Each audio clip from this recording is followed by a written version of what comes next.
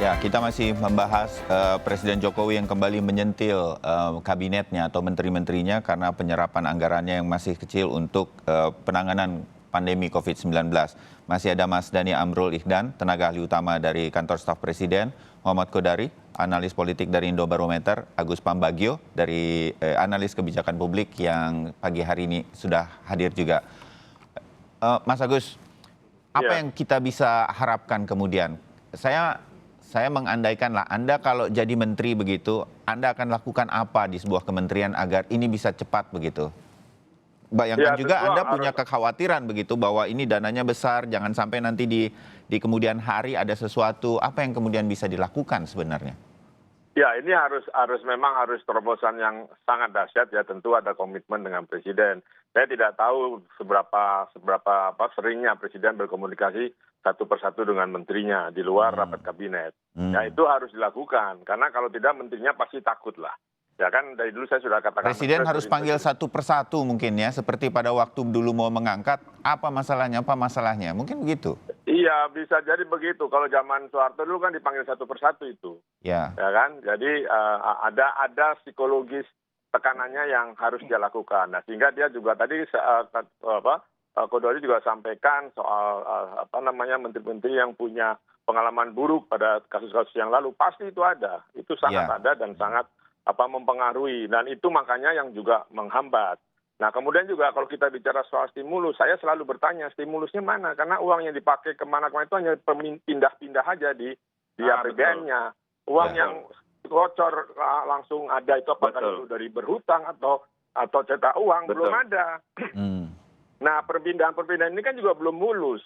Tentu secara administrasi governance-nya juga harus dijelaskan. Nah, Presiden juga harus meyakinkan menteri bahwa ini saya yang perintahkan, saya yang lindungi Anda, kerjakan gitu. Karena kalau tidak, ini orang Jawa nih, banyak orang Jawa jadi melirik itu kita sudah harus tahu artinya apa, kan betul. Kodari ketawa pula.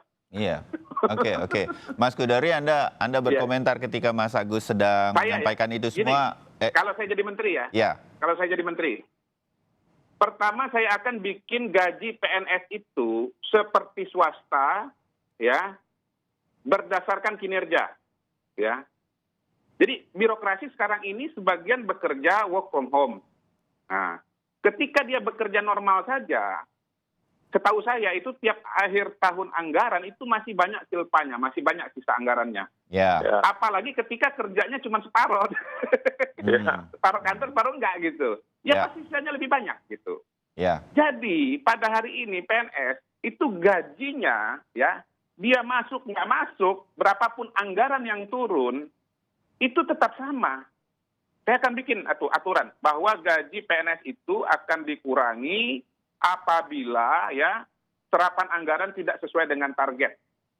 Nah, kita kan harus mencari cara gitu. Mungkin ada yang wah nggak boleh seperti ya. Ini kan kita mau menggerakkan mesin yang sangat besar. Kalau kita menggunakan cara yang sama, tidak mungkin terjadi perubahan.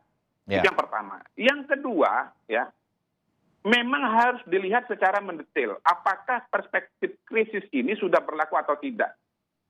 Pernah pada suatu masa itu di Kementerian Keuangan, ya, tidak mau mengikuti situasi dan kondisi di lapangan. Ya, di mana misalnya pada saat pandemi ini di awal masih berlaku, barang itu ada, barang itu baru dikirim kalau duitnya ada, gitu. Sementara kalau bicara birokrasi normal, pembayaran itu selalu di belakang, tidak dimungkinkan yang adanya namanya DP. Nah, ini kayak DP segala macam ini harus dimungkinkan. Supaya apa? Supaya barang itu bisa keluar. Kemudian misalnya sekarang dana sudah diberikan, sudah dipindahkan dari pemerintah kepada bank-bank pemerintah, 30 triliun kalau tidak salah, untuk dikucurkan kepada UKM, stimulus. Sekarang mekanismenya itu mekanisme kredit perbankan biasa, atau ini istilahnya channeling. Kalau ini dia mekanisme kredit biasa, saya jamin tidak mungkin terpenuhi target serapan anggaran. Karena pada hari ini, ya, siapa yang mau ngambil kredit? Karena konsumsi begitu turun, begitu. Banknya sendiri juga mau mengucurkan kredit, juga lihat-lihat, takut kreditnya macet. Karena itu beban dana ini tidak boleh pakai mekanisme kredit biasa, di mana risiko itu ada di perbankan. Resiko itu harus berani ditanggung oleh pemerintah. Gitu loh. Dan perspektifnya juga memang harus terbuka. Saya pernah dengar nih ya, pada tahun 9899 itu Menteri Koperasi Adi Sasono membuat program yang namanya KUT, Kredit Usaha Tani. Itu channeling itu.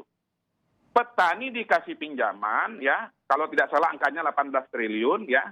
Kemudian dari 18 triliun itu sekitar 5 triliun itu dalam tanda kutip kredit macet begitu. Tetapi sisanya kan balik.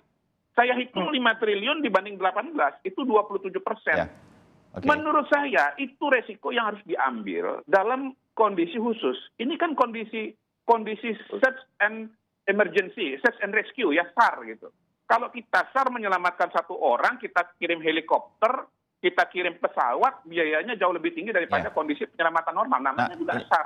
Tetapi dalam kondisi krisis, 70% pinjaman itu balik, lalu ekonomi berputar. Menurut saya itu bagus begitu loh. Nah, Mas Kodari, apa sih yang membuat kan contoh-contoh sudah ada. Saya yakin juga pemikiran-pemikiran seperti ini jangan-jangan juga ada begitu di kepala para menteri gitu. Tapi nggak ada mana. Kalau ada Pak Jokowi nggak marah-marah, nggak ada. Mana kita dengar? Coba sekarang ditanya itu yang 30 triliun itu mekanisme channeling atau kredit biasa? Ayo buka-bukaan sekarang. Saya khawatir itu kredit biasa.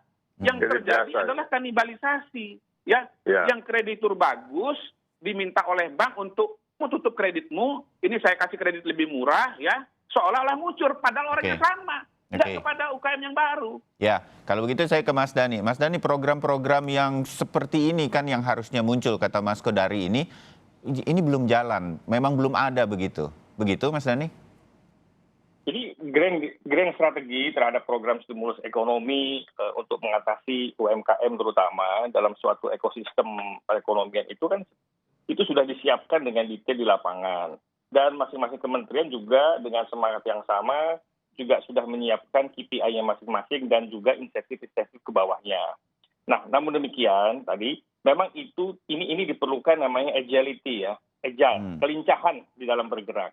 Kalau makanya dibentuk yang namanya komite itu tadi, komite kebijakan. Ada Perpres 82 itu kan, komite kebijakan tentang pemulihan ekonomi dan transformasi ekonomi dan COVID ya, penanggulangan COVID. Jadi dalam Perpres 82 itulah tujuannya salah satunya adalah dengan melakukan akselerasi, integrasi, kelincahan agar dapat keputusan itu diambil di lapangan dalam tatanan teknis operasional dengan cepat, termasuk melakukan inovasi-inovasi yang sesuai dengan apa yang Mas Kodari sampaikan tadi. Ada insentif kepada pengusaha, ada namanya soft loan terhadap UMKM, bahkan memberikan bantuan kepada pengusaha ultra mikro. Tapi belum terjadi ini? Kan sebagian sudah jalan. Kemarin ada pembagian kepada UMKM yang 2,4 pengusaha ultra mikro yang 2,4 juta. Kan sudah jalan. Kemudian bansos untuk tunai sekarang kan akan diperbesar proporsinya. Kalau kemarin bansos ada bansos sembako dan itu semua sudah terdeliver dengan segala kelebihan dan kekurangannya. Tentu ini juga penyerapannya juga masih belum optimal juga untuk bansos sembako, masih perlu di-improve lagi. Nah, tapi kan untuk ke depan ini akan diperbanyak bantuan sosial tunai untuk mendorong konsumsi masyarakat dan daya beli masyarakat. Di BSD akan diperbanyak. Kalau BSD diperbanyak, kemudian UMKM juga diberikan privilege untuk melakukan proses produksi dan distribusi, maka konsumsi masyarakat juga dalam suatu ekosistem rantai perekonomian ini akan berjalan dengan baik. Nah kan kalau dari Mas Dhani ini kan sepertinya program-program ini kan siap untuk jalan. Saya mengulang lagi pertanyaannya Mas Kodari, tapi kenapa Presiden masih kesal juga begitu dan menyentil menteri-menterinya begitu? Karena ada gap. Ada kesenjangan antara apa yang diharapkan dengan kondisi aktualnya di lapangan. Karena kondisi aktual di lapangan ini di negara manapun... Ekspektasi Presiden terlalu tinggi begitu maksudnya? Ekspektasi Presiden ingin agar akselerasi dan pencapaian terhadap target ini bisa berjalan dengan cepat, berjalan langsung sampai kepada penyerapan di mana proses produksi, distribusi, dan konsumsi masyarakat secara perekonomian itu bisa berjalan dengan baik.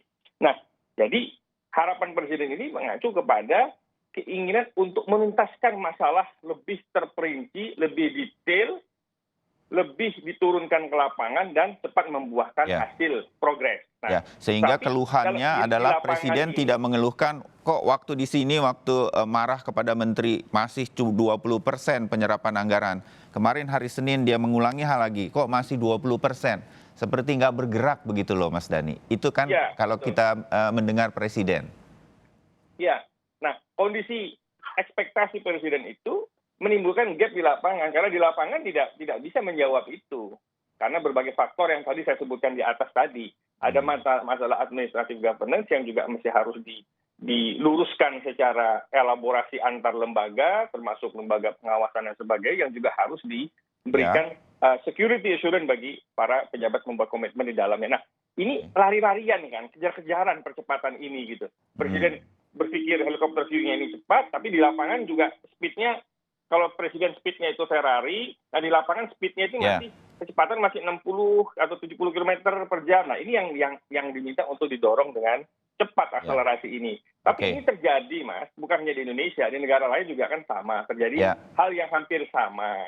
Makanya dibentuklah terobosan, salah satunya adalah Perpres 82 itu tentang komite untuk mengintegrasikan dan mengelaborasikan kementerian dan lembaga terkait dalam melakukan percepatan. Filosofisnya kan begitu. Kalau boleh usul sih sebetulnya komite penanganan itu ini yang dipimpin Pak Erlangga dan juga Erick Thohir ya? Pak Erick Thohir. Iya, betul. Ya, menurut saya itu lebih baik mengerjakan hal-hal yang sifatnya fundamental ya. Misalnya bagaimana supaya penyerapan bansos menjadi lebih sempurna, menjadi lebih cepat. Berarti harus ada perbaikan database di lapangan. Kita tahu salah satu kendala penyerapan bansos itu adalah masalah data yang tidak akurat di lapangan, bahkan bertentangan.